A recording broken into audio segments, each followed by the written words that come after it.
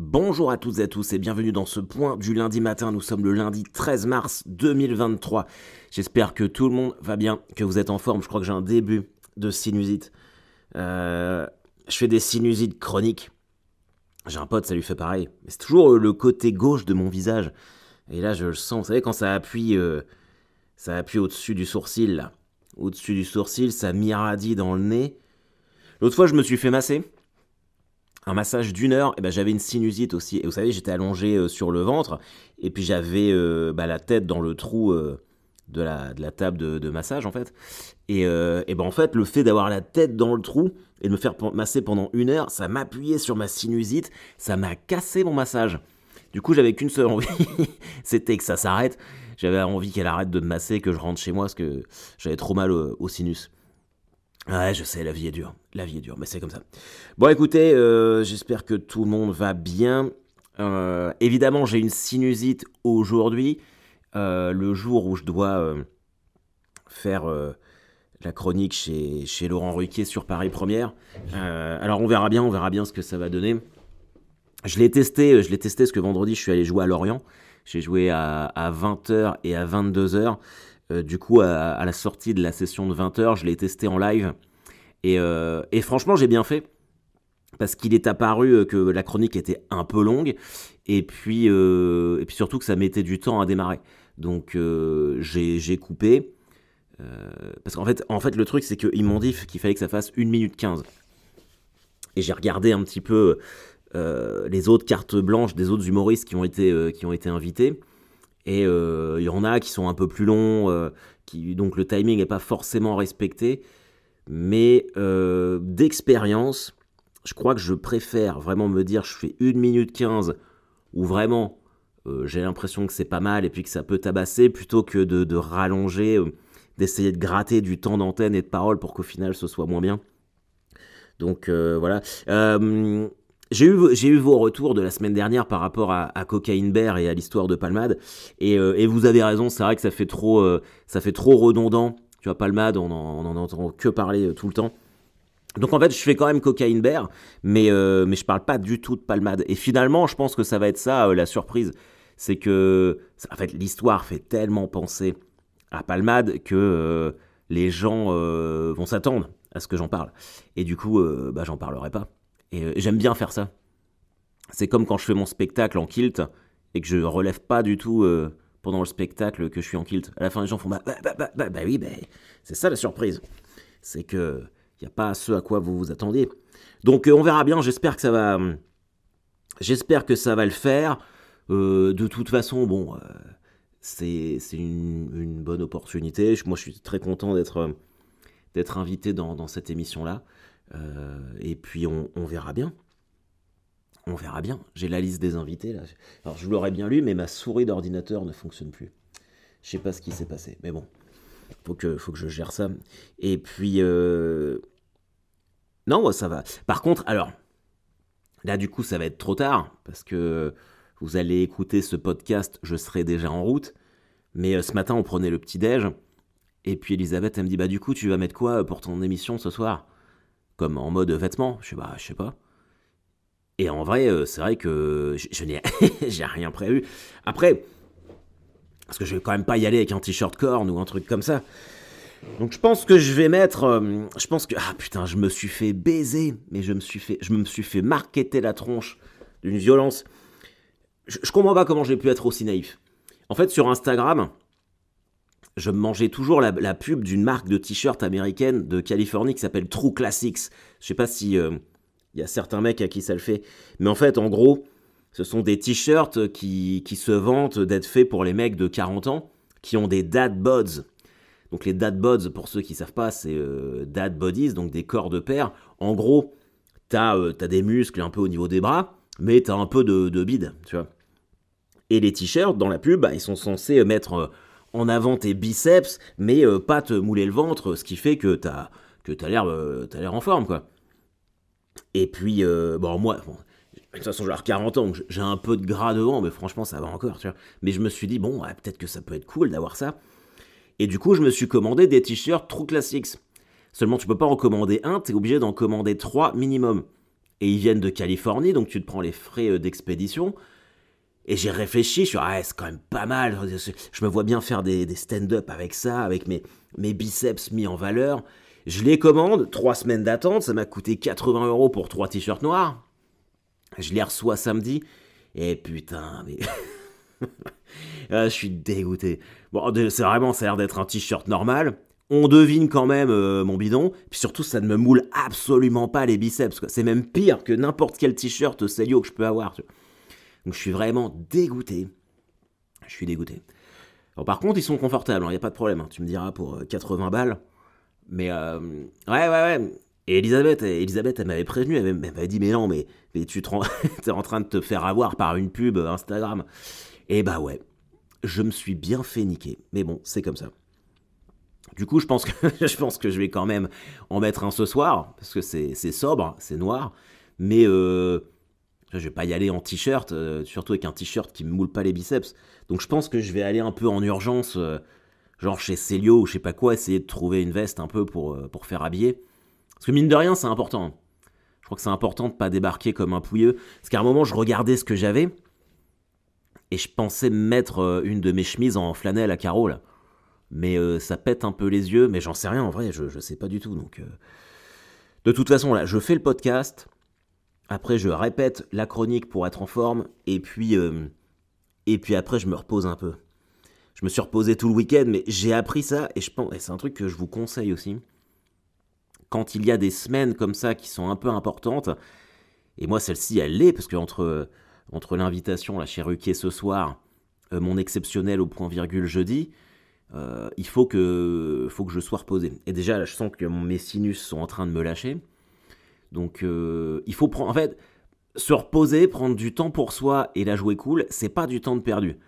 C'est de l'énergie emmagasinée pour le moment qui compte vraiment. Et je sais que là, par exemple, nous, on tourne... Je dois être là-bas sur place à 19h45. Sachant que comme il y a la grève des trains, j'ai pris un des seuls trains qu'il y avait pour Paris, qui est à 14h20, du coup ça me met à 16h30 à Paname. Donc entre 16h30 et 19h30, j'ai absolument rien à faire. Donc tout ça en fait, ça va être de l'énergie un peu gaspillée, c'est très énergivore, surtout cette ville. Et puis bon, on commence à tourner à 8h30. D'expérience, je sais que ce genre de tournage d'émission, c'est toujours un petit peu long, parce que chaque invité fait un peu sa sauce. Et j'en sais rien, mais je pense que celui qui fait la chronique, ça doit passer un peu vers la fin. Donc il y a de grandes chances que je fasse ma chronique un petit peu tard. Et il faut que je sois en forme pour la faire. Enfin, tout ça pour dire que j'allais me reposer. Le mec qui prend des chemins de traverse. Donc voilà. Et puis... mais bon, de toute façon, je vous dirai la semaine prochaine comment ça s'est passé. Alors, normalement, l'émission devait être diffusée mercredi. Ce qui m'a arrangé parce que j'ai mon exceptionnel jeudi. Et en fait, dû à un changement d'invité, elle sera diffusée le 29 mars. Mais bon, en vrai, je suis pas certain que... Parce que c'est diffusé à 22h50 sur Paris Première. Je suis pas certain que ça change grand-chose dans l'idée de promouvoir mon exceptionnel à Paris. Je pense pas que des gens... Ou alors c'est vraiment minime, hein, que des gens regardent Paris Première un mercredi soir à 23h... et qu'ils se disent le lendemain, tiens, je vais y aller et tout. Donc je pense pas que ça change grand-chose. Normalement, ce soir, je devais faire Topito Comedy Night, la soirée stand-up de Topito au point virgule. Moi, du coup, j'avais annulé ma venue parce que j'allais dans l'émission de Ruquier, et j'ai appris là que c'était annulé de toute façon à cause des grèves, qu'apparemment les résas, c'était compliqué. Et j'espère que ça va pas être la merde pour moi jeudi, parce que... Forcément, putain, je fais une exceptionnelle à Paris, ça tombe au moment des grèves. Bon, on verra bien. Mais je sais que par exemple, le vendredi, je devais jouer à Lorient, mon train a été annulé. Alors pas tous, parce qu'en fait, je devais faire Le Mans, Rennes, ou je sais plus quoi, enfin c'était tout un bordel. Et je crois que c'était le Rennes-Le Mans. Il était annulé, du coup j'ai dû prendre ma bagnole pour y aller. Mais au final, ça m'a arrangé, parce que comme ça, je suis rentré plus vite chez moi. Mais on verra. Donc si vous êtes sur Paris, je compte sur vous quand même pour venir jeudi au point virgule, ça serait cool. Et si vous n'êtes pas sur Paris, je joue samedi à Crèche-sur-Saône. C'est juste à côté de Mâcon. J'ai l'impression de passer ma vie dans cette région-là. J'y vais, j'ai fait Mâcon, j'ai fait quoi bah, c'est pas loin de Lyon. Mais j'aime bien aller dans cette zone-là. Donc c'est à Crèche-sur-Saône. Et alors, je joue Deadline. Et en première partie, il y a un show de pole dance. Voilà. Donc, qu'est-ce que c'est pas moi qui ai choisi, mais écoutez, pourquoi pas? Pourquoi pas du pole dance de Crèche-sur-Saône? Ça va être intéressant. Je pense qu'il y aura de la story. Donc n'hésitez pas. Et puis sinon, on se verra peut-être là-bas. Hier, c'était les Oscars. Et alors moi, j'ai pas regardé parce que j'étais trop fatigué. Vraiment, je suis allé au lit à 9h30. Et j'ai regardé le résumé ce matin et puis les victoires des lauréats. Et vraiment, ça m'a fait plaisir parce que, comme je vous le disais la semaine dernière, je suis à fond dans le stoïcisme en ce moment. Et j'écoute et je lis les livres d'un mec qui s'appelle Ryan Holiday, un penseur, un philosophe. Et vraiment, c'est cool. Et j'ai fini son livre, là, L'ego est l'ennemi. Ego is the enemy. Et vraiment, c'était incroyable. Et ben, j'ai trouvé que la cérémonie des Oscars d'hier, c'était complètement ça, en fait. C'était complètement une revanche sur l'ego, sur la patience, le fait de jamais abandonner. Quand on regarde la cérémonie d'hier, je trouvais qu'il y avait un... En même temps, ça pouvait pas être pire que l'année dernière avec la gifle de Will Smith. Je pense qu'on avait atteint l'année dernière un point de non-retour. Et finalement, cette année, ce sont que des anciens has-been qui ont gagné. Et je trouve ça vraiment incroyable parce que, bah, évidemment que tout est préparé au niveau des speeches et tout. Mais tous les gens qui ont reçu que ce soit Jamie Lee Curtis, Brendan Fraser, enfin, tu sentais que c'était quand même vrai, quoi. Ils sont tous passés, ils ont tous traversé un tunnel, et qu'au final, ce soit eux qui gagnent, et bah putain, ça fait plaisir. Surtout pour quand tu t'accroches à un truc, tu te dis, bon bah voilà, est-ce que mon heure viendra, est-ce que je dois continuer de rêver, d'espérer, machin truc. Et Dieu sait que, comme je vous le dis souvent, moi j'ai quand même tendance à parfois lâcher un peu dans ma tête. Et bah franchement, c'est trop cool, quoi. C'est trop cool. Tu regardes Michelle Yeoh. Enfin, je crois qu'elle a été James Bond Girl avec Pierce Brosnan, Michelle Yeoh. Et là, elle gagne l'Oscar de la meilleure actrice, alors que normalement, elle est plus connue pour des films de kung-fu, machin truc. Et c'est incroyable. Et quand tu vois la joie qu'elle ressent, c'est... Moi, je m'identifie beaucoup plus à ça que à... j'en sais rien, j'ai rien.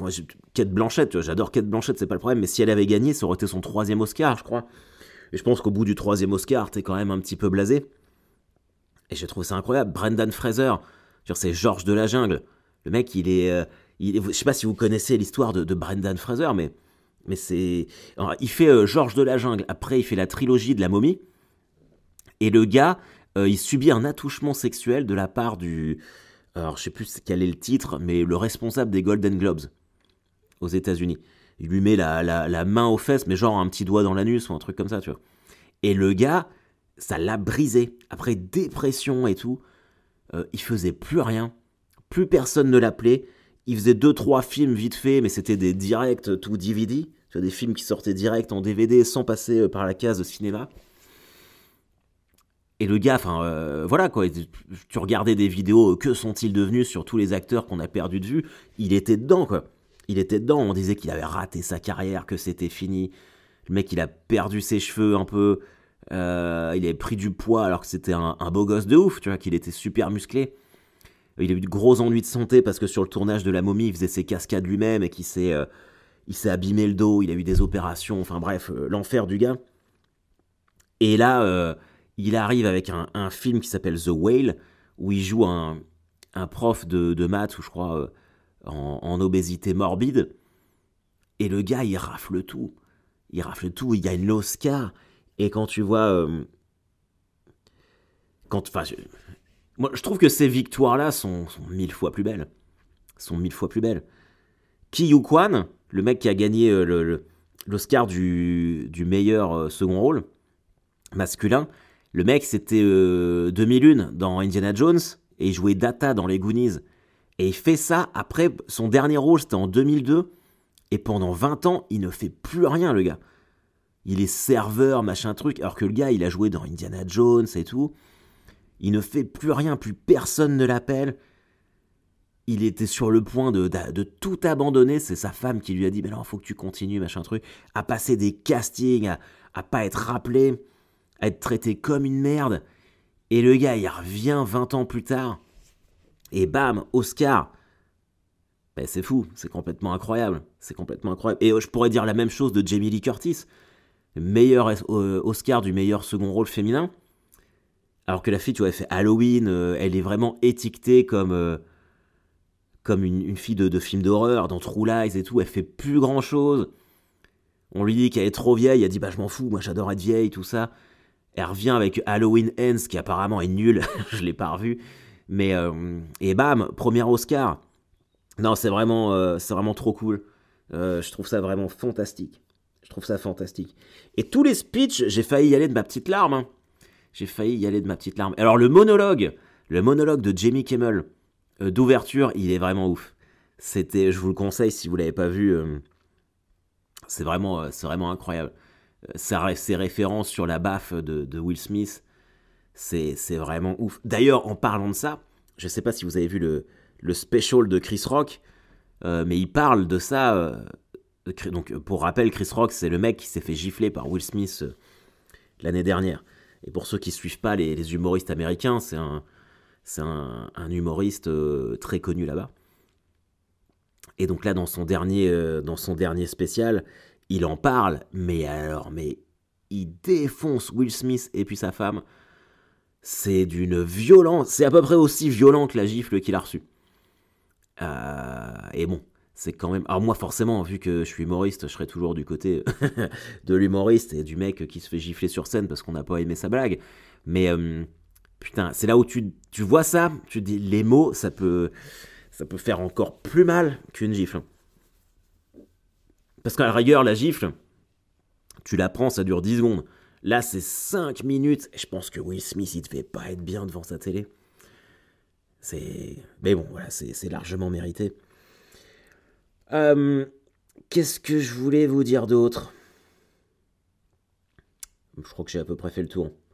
Je crois que ça va être un point du lundi matin un petit peu plus court. Ouah, quoi qu'on est déjà à 18 minutes. D'habitude, je fais 20. Voilà. Si je vous vois jeudi à Paris, ça sera avec grand plaisir. Si je vous vois vendredi à Crèche-sur-Saône, ça sera également avec grand plaisir. Et puis voilà, faites gaffe à vous. Qu'est-ce que je pourrais vous dire? Qu'est-ce que je pourrais avoir comme discours un petit peu oscarien? Là, je suis dans un mood Oscar. Et puis surtout, comme je suis... ça va mieux, hein, ça va mieux. Si vous vous posiez la question, ça va beaucoup mieux. Mais quand même, voilà. Mais... Ouais, c'est ça. Non, mais ne lâchez jamais... en fait, je vous le dis à vous, mais je me le dis un peu à moi aussi. Ne lâchez jamais ce que vous voulez faire. Et en vrai, accrochez-vous à votre famille, à vos amis, aux gens qui comptent. Faites votre travail, les amis. Faites votre travail. N'écoutez personne. Gardez le cap, gardez vos objectifs. Abonnez-vous à ma newsletter, surtout. Ah putain, oui, c'est ça. Pour ceux qui ont commandé les affiches, c'est bon, tout est ok. Seulement, il y en a certaines qu'il faut que j'aille déposer au Mondial Relais. Et il y en a d'autres, j'avais un marqueur blanc et il marche plus. Du coup, il faut que je m'en rachète un, je peux pas signer vos affiches. Donc, mais voilà, et j'apprends, voilà, c'est nouveau pour moi. Et pour les autres goodies, je suis en train de voir ça va arriver très vite. Et puis, ça va être cool, parce qu'en fait, le but, c'est que les goodies soient en ligne au mois d'avril. Je fais la captation de Deadline le 26 mai à Sens, au théâtre municipal de la ville. Il y aura des goodies à vendre là-bas. Pour ceux qui veulent se ramener un petit souvenir, volontairement, je les mets pas cher pour que ce soit plus un... Voilà, je veux pas que ce soit un frein et me faire des sous. Je veux rentrer dans mes frais, mais je veux surtout que vous puissiez vous amuser. Et vraiment, les trucs qu'on est en train de concocter, je pense que ça va être pas mal. Donc, pareil, je vais mettre les places en vente pour la capta à Sens bientôt. J'emmène Avril en première partie avec moi. qui est un humoriste que j'aime beaucoup, dont je vous parle assez souvent, et ça va être très cool.